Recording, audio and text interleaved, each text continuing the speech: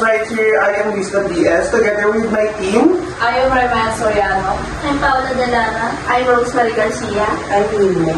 I'm John Larry Namar. I'm John Davis Cortez. I'm Cindy Calderón. I'm Rosan May Philip Joseph. I'm Denise Mignon. Hello everyone, I'm Bartolomeo Si Bacquiaro. In this cell, we will present one of the administration issue that arise in setting up a benefit package in Module 10. It is to determine who should be covered and who is not. Creating a comprehensive employee benefit plan presents several major administrative obstacles. The first key challenge is determining who should be covered. The first critical step is to determine which employees or groups should be covered under the benefit plan. This selection has an impact on the package overall. Cost and scope consideration include full-time versus part-time employees, temporary staff, and whether to incorporate dependent coverage.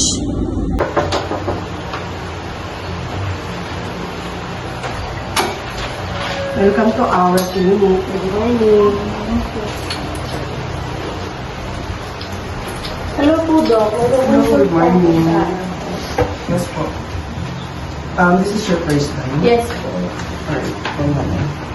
I know your question. Yung po, credited po ba yung mother ko sa card ko po sa trabaho? Alright, one moment. Let me check.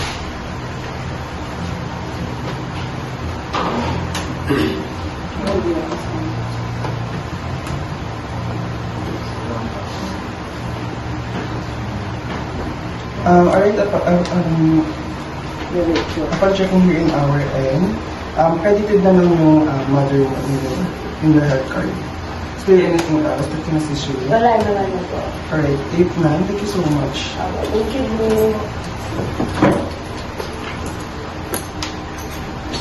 This clip, fill up this in.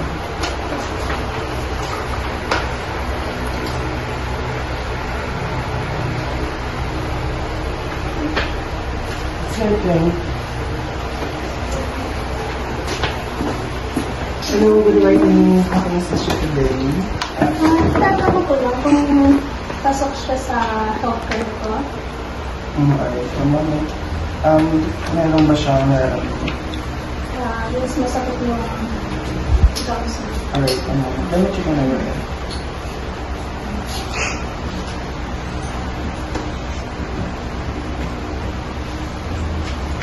May I know what is your relation with him? He's my living friend. Alright. May I know if you are married? Alright, one moment.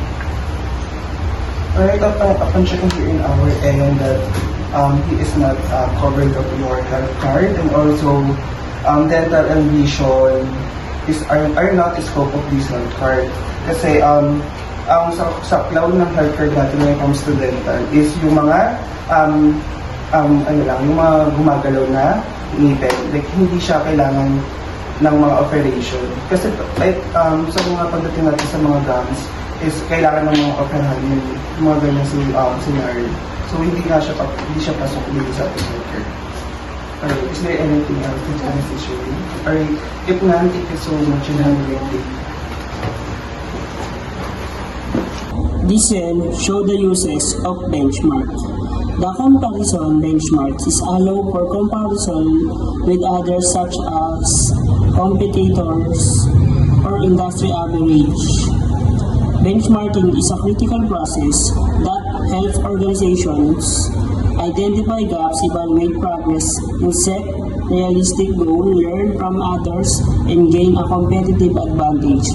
Comparison drives improvement by identifying areas for enhancement, increasing efficiency, enabling informed decision-making, and guiding strategic planning by comparing performance and process or product with others. Organization can again valuable insight, drive growth, and achieve success. Hey, kamusta na? Kamusta na? Saan na yung mga trabaho niyo? Okay naman doon. Maganda naman ang compensation sa mga benefits na maganda rin. May free lunch kami. Buti pa sa inyo maganda. Ako, sa amin, minimum wala man lang. Kahit OT, wala. Ikaw kasi ayaw mo pa alis sa inyo, ang tagal-tagal mo na dyan, wala ka man na natatanggap na maayos na benefits. Ano ba yung mga benefits mo? Marami compare sa pinagtrabahuan natin na hanggang ngayon nandiyan ka pa rin. Marami kunwari sa mga transportation, sa pagkain namin, kada lunch, libre siya lahat. Sabi kayo, pagkain walang lang. Kahit sa OT nyo, walang bayad. Dapat lumipat ka na talaga. Diba? Ipat ka sa company namin. Hindi ka lang mahihirapan pag may benefits ka pa. Kaya nga, hindi tama yung natatanggap mo. We will briefly discuss the key factors that influence compensation. An individual educational attainment skills and experience greatly affect the salary levels, industry type, and geographic location also play important roles as a compensation varies based on economic conditions and cost of living. Lastly, supply and demand for certain roles and expertise can significantly impact wage offers. These factors help ensure that compensations is remains fair, competitive, and aligned with market standards. Yung table ko lang talaga gusto ko tayo mag-layer. Oo nga. Sana maganda ng company na to, no? Sana marami siyang mga benefits. Oo, umita din po natin. Pero hindi ko depende pa rin talaga yung sa educational background mo, sa experience mo. Kasi before sa previous company ko, So nag-BPO ka na pala dati? oo. Ako kasi first time ko pa lang. Ako naman sa yung company ko na to, if ever natanggap ako. Sana maayos yung company. Oo, pero start ka na ba? Ano pa lang ako, sa interview pa lang, initial interview pa lang ako. Nakatapos ko. Tapos mo lang. Kailan dumaan yung kung okay. Ano po, yung araw na wala akong nakasal. One day process lang sila. Kaya nga yung ano talaga dito kasi sa buong araw.